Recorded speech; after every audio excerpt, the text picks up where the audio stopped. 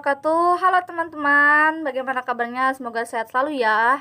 Nah, sebelum kita belajar, marilah kita membaca doa terlebih dahulu. Doa sebelum belajar. Bismillahirrahmanirrahim.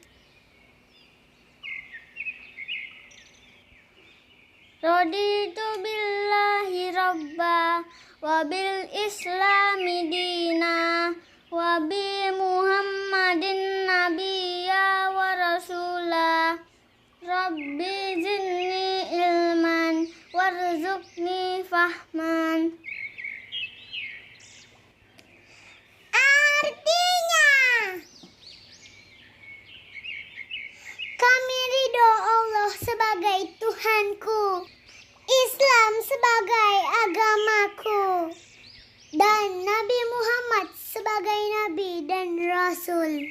Ya Allah, tambahkanlah kepadaku ilmu dan berikanlah aku pengertian yang baik.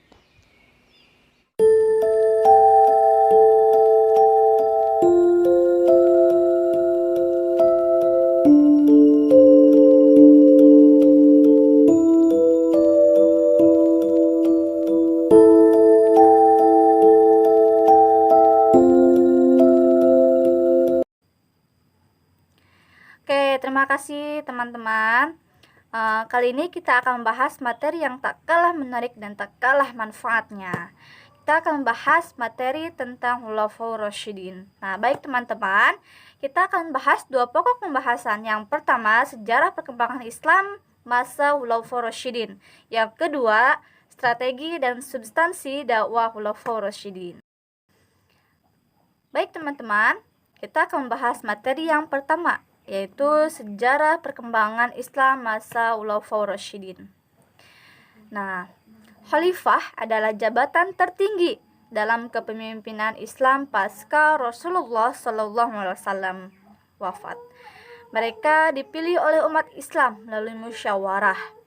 Seorang khalifah wajib menjalankan kepemimpinannya sesuai dengan Al-Quran dan As-Sunnah Nabi.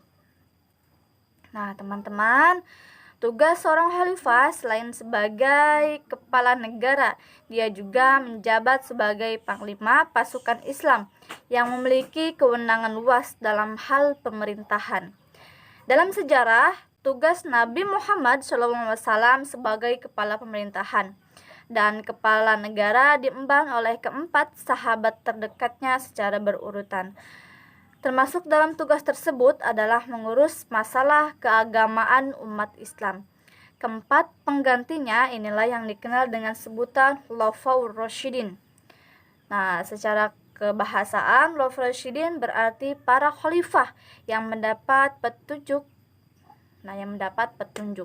Nah, keempat khalifah tersebut adalah yang pertama, Abu Bakar As-Siddiq, memerintah pada tahun 632 Masehi sampai 834 Masehi.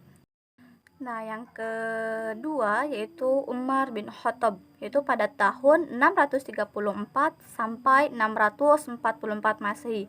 Yang ketiga Utsman bin Affan pada tahun 644 Masehi sampai 656 Masehi, dan yang terakhir yang keempat Ali bin Abi Thalib pada tahun 656 Masehi sampai 661 Masehi. Nah, baik teman-teman, kita langsung saja membahas Khulafaur Rasyidin yang pertama, yaitu Abu Bakar As-Siddiq.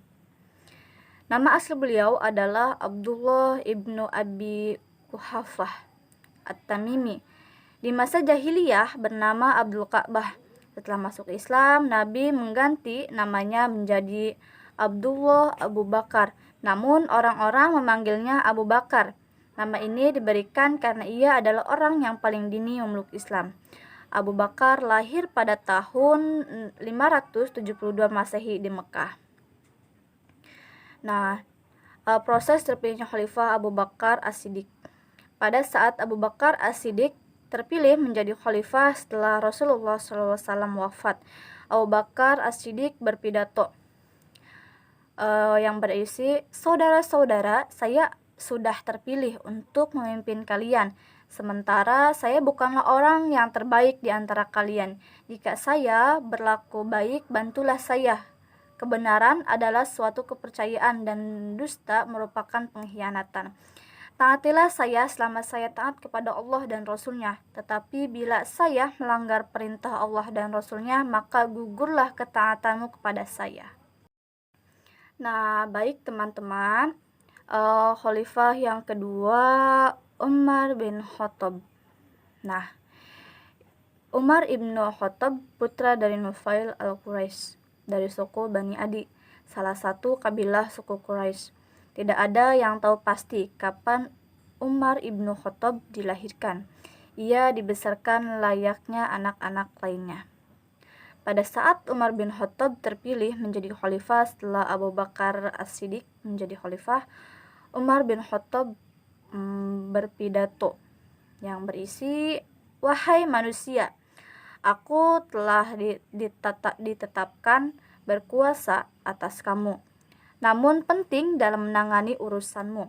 Aku tidak akan menerima amanah darimu. Cukuplah suka duka bagi Umar menunggu perhitungan untuk memberikan pertanggungjawaban mengenai zakatmu. Bagaimana aku menariknya darimu dan bagaimana aku menyalurkannya dengan caraku memerintah kamu. Bagaimana aku harus memerintah? Hanya Tuhanku yang menjadi penolongku. Karena Umar tidak akan dapat menyandarkan pada kekuasaan ataupun strategi yang cerdas, kecuali jika Tuhan mempercepat rahmat, pertolongan, dan dukungan kepada orang yang didukungnya." Nah, teman-teman, khalifah yang ketiga yaitu Utsman bin Affan. Nah, Utsman bin Affan 6 tahun lebih muda dari Nabi Muhammad SAW. Kabilahnya Bani Umayyah, merupakan kabilah Quraisy yang dihormati karena kekayaannya. Kekayaan tersebut mereka peroleh dari usaha perdagangan. Keluarga Utsman juga kaya raya. Pada usia remaja, Utsman sudah mulai menjalankan usaha dagangnya ke berbagai negeri. Nah, Abu Bakar salah satu sahabat Nabi dan sebagai teman dagang. Lewat Abu Bakar inilah Utsman masuk Islam. Nah, teman-teman, pada saat Utsman bin Affan terpilih menjadi khalifah, Utsman bin Affan berpidato pula seperti layaknya Abu Bakar As-Siddiq dan Umar bin Khattab, yang berisi, "Sesungguhnya kalian berada di tempat sementara dan perjalanan hidup kalian hanya untuk menghabiskan umur yang tersisa. Bergegaslah sedapat mungkin kepada kebaikan sebelum ajal datang menjemput. Sungguh, ajal tidak pernah sungkan datang sembarangan waktu dan keadaan baik siang maupun tidak pernah malam. Ingatlah, sesungguhnya dunia penuh dengan tipu daya. Jangan kalian memperdaya oleh kemilauan dunia dan janganlah kalian berkali-kali melakukan tipu daya kepada Allah Subhanahu wa taala. Sesungguhnya Allah Subhanahu wa taala tidak pernah lalai dan melalaikan kalian." Nah, teman-teman, khalifah yang terakhir yaitu Ali bin Abi Thalib. Nah, Ali bin Abi Thalib lahir pada hari Jumat tanggal 13 Rajab di kota Mekah sekitar tahun 600 Masehi. Ia lahir dari pasangan Abu Thalib bin Abdul Muthalib dan Fatimah binti As'ad. Nah, Ali bin Abi Thalib menjadi khalifah pada tanggal 24 Juni 656 Masehi bertempat di Masjid Nabawi. Oke, baik teman-teman, kita lanjutkan pada materi yang kedua, yaitu strategi dan substansi dakwah Khulafaur Rasyidin. Nah, yang pertama yaitu kebijakan dan strategi Abu Bakar As-Siddiq. Abu Bakar menjadi khalifah hanya 2 tahun, pada tahun 632 sampai 634 Masehi. Maka mempunyai beberapa kebijakan dan strategi ketika memimpin negara. Nah, yaitu yang pertama, pembukuan Al-Quran. Yang kedua, perluasan wilayah baru atau futuhat. Nah, selanjutnya yaitu kebijakan dan strategi Umar bin Khattab. Nah, yang pertama, pengembangan wilayah Islam. Yang kedua, mengeluarkan undang-undang. Yang ketiga, membagi wilayah pemerintahan. Yang keempat, membentuk beberapa dewan. Nah, selanjutnya, kebijakan dan strategi Utsman bin Affan. Yang pertama, perluasan wilayah. Yang kedua, standarisasi Al-Quran. Yang ketiga, pengangkatan pejabat negara. Yang keempat, pembangunan fisik. Nah, selanjutnya yaitu kebijakan dan strategi Ali bin Abi Thalib. Yaitu yang pertama, penggantian pejabat lama dengan yang baru. Yang kedua, penarikan kembali tanah hadiah. Yang ketiga, menghadapi para pemberontak. Alhamdulillah, materi sudah saya sampaikan. Semoga bermanfaat untuk kita semua. Silahkan teman-teman berdiskusi mengenai materi yang telah didiskusikan. Lalu presentasikan kepada teman-teman kalian dan saling tanya jawab. Oke, baik, terima kasih teman-teman atas waktunya. Semoga kegiatan belajar mengajar kita pada kali ini penuh dengan keberkahan dengan mempelajari sejarah penting setelah sejarah Rasulullah SAW, yaitu sejarah Khulafaur Rasyidin atau sejarah di mana para sahabat Nabi Muhammad SAW menjadi khalifah atau pemimpin Islam setelah Rasulullah SAW wafat.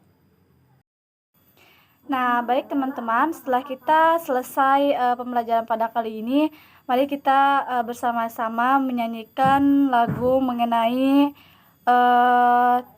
Khulafaur Rasyidin atau 4 sahabat Nabi Rasulullah SAW.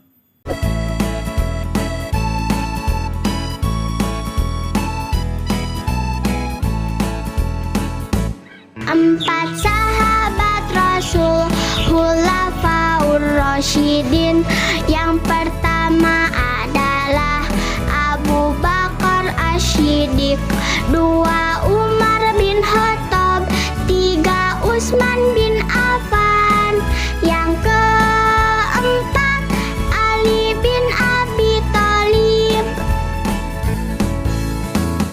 Nah, adik-adik, coba sebutkan 4 sahabat Rasul yang termasuk Khulafaur Rasyidin. Yang pertama, Abu Bakar As-Siddiq. yang kedua, Umar bin Khattab. yang ketiga, Utsman bin Affan. dan yang keempat. Ali bin Abi Thalib. Alhamdulillah, pinter. Yuk kita lanjut.